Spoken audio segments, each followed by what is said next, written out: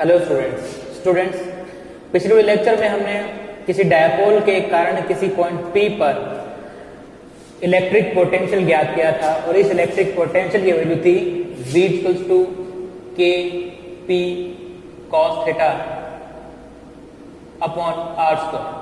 अब स्टूडेंट्स इस पोटेंशियल की सहायता से हम डायपोल के लिए इलेक्ट्रिक फील्ड की इंटेंसिटी ज्ञात करेंगे, राइट। अब स्टूडेंट्स आपको पता है कि जो इलेक्ट्रिक फील्ड होता है वो नेगेटिव ग्रेडियंट ऑफ पोटेंशियल होता है, राइट। और अब मान लेते हैं कि हमारे पास कोई डायपोल है और इस डायपोल मोमेंट की डायरेक्शन ऊपर की तरफ है, राइट।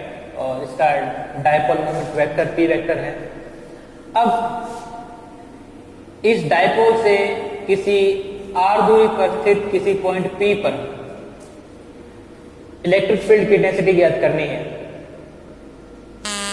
अब मान लेते हैं कि लाइन OP इस डायपोल मोमेंट से थीटा कोण बढ़ाती है। अब इस इलेक्ट्रिक फील्ड के दो कंपोनेंट होंगे, एक तो होगा r डायरेक्शन में जिसको हम बोलते हैं रेडियल कंपोनेंट और दूसरा होगा थीटा डायरेक्शन में a थीटा। इन दोनों कंपोनेंट्स को ज्ञात करने के लिए हम इस ग्रेडियंट को पोलर कोऑर्डिनेट्स के रूप में लिख सकते हैं। पोलर कोऑर्डिनेट्स के रूप में जब हम लिखेंगे तो इसका फॉर्मूला इस टाइप से आएगा, डेल्टा V, इसका फॉर्मूला कुछ इस प्रकार से आएगा, इसका फॉर्मूला कुछ इस प्रकार से आएगा, del V upon del R, R cap 1 sin theta 1 upon sin theta del V d theta theta का। अब स्टूडेंट्स यहां पर जो डेल आ रहा है, यहां पर जो डिफरेंशिएशन है वो सिंपल डिफरेंशिएशन नहीं है, ये पार्शियल डिफरेंशिएशन है। और पार्शियल डिफरेंशिएशन के बारे में आपको पता है कि जिस क्वांटिटी के विद रिस्पेक्ट या जिस वेरिएबल के विद रिस्पेक्ट हम किसी फंक्शन का डिफरेंशिएशन करते हैं तो बाकी जो भी वेरिएबल आ रहे हैं, राइट, उस वेरिएबल के अलावा जिसके विद रिस्पेक्ट हम डिफरेंशिएशन कर रहे हैं बाकी जो भी वेरिएबल आ रहे हैं उनको हम कांस्टेंट ट्रीट करेंगे और उसके बाद में हम उसका डिफरेंशिएशन कर देंगे, राइट। अब देखो यदि इसकी वैल्यू हम यहां पर रखें तो इलेक्ट्रिक फील्ड की इंटेंसिटी कुछ इस तरीके से चेंज हो जाएगी, यानी ये जो फॉर्मूला है वो कुछ इस तरीके से चेंज हो जाएगा। अब ये फॉर्मूला सजेस्ट कर रहा है कि यहां पर इलेक्ट्रिक फील्ड के दो कंपोनेंट है, एक कंपोनेंट r कैप डायरेक्शन में है और दूसरा कंपोनेंट थीटा कैप डायरेक्शन में है। इस प्रकार से r डायरेक्शन का इलेक्ट्रिक फील्ड इस प्रकार से होगा तो थीटा डायरेक्शन का इलेक्ट्रिक फील्ड इस टाइप से होगा।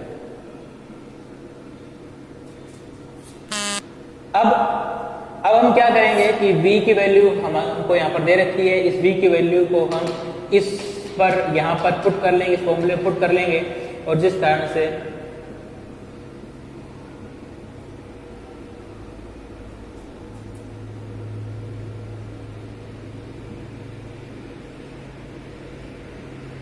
अब फ्रेंड्स समझने वाली बात यह है कि यहां पर थीटा और r दोनों वेरिएबल हैं, दोनों वेरी कर सकते हैं, राइट। आप r की वैल्यू वेरी कर सकते हो, कैसे? यदि आप इस पॉइंट को पास लोगे और दूर लोगे, क्योंकि ये पॉइंट कहीं पे भी हो सकता है, रैंडमली कहीं पे भी हो सकता है, ये इसके बिल्कुल पास भी हो सकता है, इससे बिल्कुल दूर भी हो सकता है। इस प्रकार से जो r डिस्टेंस है वो चेंज होती रहेगी। ठीक इसी प्रकार से ये जो पॉइंट है ये किसी भी एंगल पर हो सकता है, यहां पर भी हो सकता है, यहां पर भी, यहां पर भी, यहां पर, तो इस कारण से थीटा चेंज होता रहेगा। इस प्रकार से थीटा और r दोनों वेरिएबल हैं। अब हमको डिफरेंशिएशन r के रेस्पेक्ट में करना है तो हम r को छोड़कर जो भी वेरिएबल आ रहे हैं उनको हम एज ए कांस्टेंट ट्रीट करेंगे। तो अब देखो कि Kp cos थीटा कांस्टेंट हो जाएगा तो इसको हम बाहर ले लेंगे और उसके बाद में हम r स्क्वायर का पार्शियल डिफरेंशिएशन कर देंगे। तो इस प्रकार से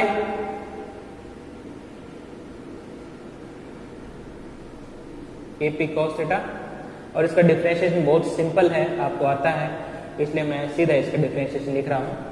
ई R is equal to minus 2 K P cos theta upon R cube. अब क्या करेंगे, ई थीटा की वैल्यू निकालेंगे।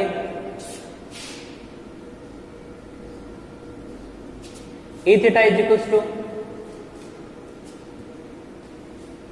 अब फ्रेंड्स यहाँ पर एक चीज और कि यहाँ पर माइनस बी है, तो आप माइनस को अवश्य रूप से लगाएंगे, इसको बोलेंगे नहीं, राइट। तो ये माइनस में हो जाएगा और ये भी माइनस में हो जाएगा, आपको थोड़ा ध्यान रखना है।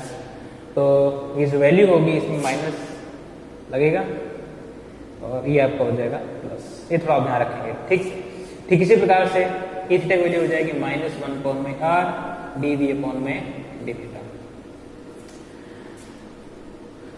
अब हम v की वैल्यू रख देंगे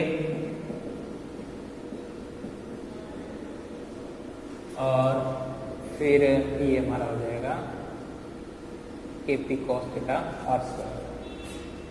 अब चूंकि आपको डिफरेंशिएशन थीटा के रेस्पेक्ट पे करना है, तो इस फॉर्मूले में v में जो भी वेरिएबल आ रहे हैं उसमें थीटा के अलावा जो वेरिएबल होंगे वो एज ए कांस्टेंट माने जाएंगे। तो अब थीटा के अलावा आर स्क्वायर आ रहा है तो इसको हम कांस्टेंट मानेंगे और कांस्टेंट को बाहर निकाल लेंगे।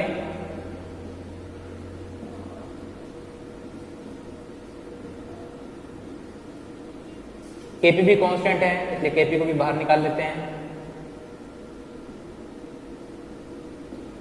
तो ये आपका हो जाएगा आर क्यूब माइनस, अब जो कॉस थीटा है उसका डिफरेंशिएशन होता है minus sine theta,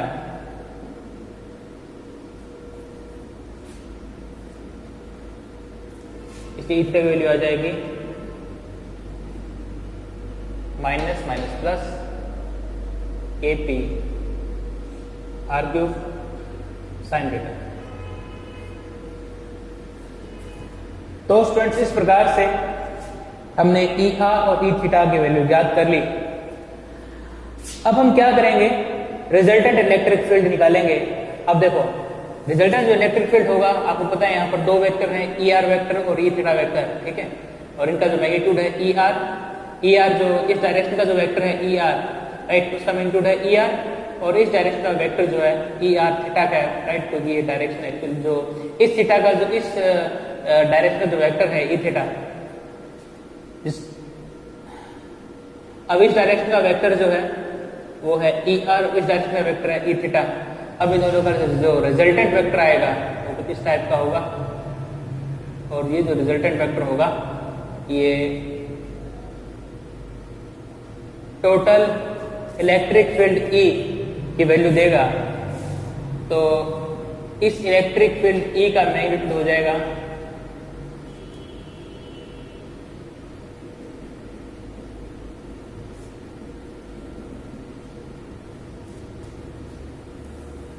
to K P cos theta upon में आर क्यूब,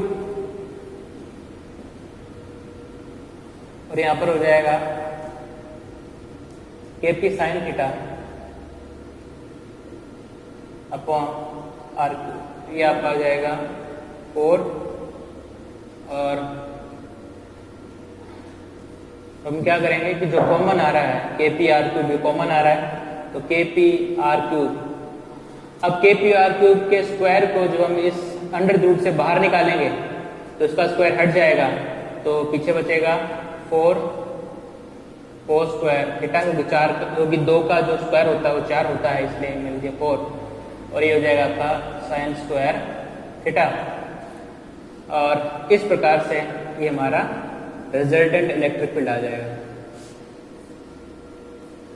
अब क्या है कि अब हम इलेक्ट्रिक फील्ड ज्ञात करेंगे। पहले ज्ञात करेंगे कि यदि कोई पॉइंट एक्सिस के अलोंग हो, तो आपको पता है कि यदि कोई पॉइंट इस एक्सिस के अलोंग हो तो उस केस में थीटा की वैल्यू 0 आती है, तो थीटा की वैल्यू होगी 0।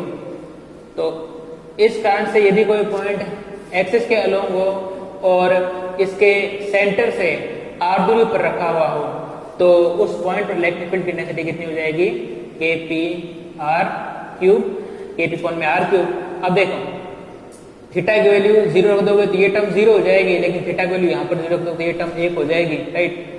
और अंडर रूट 4 की वैल्यू कितनी होती है 2 2kp r3, राइट। अब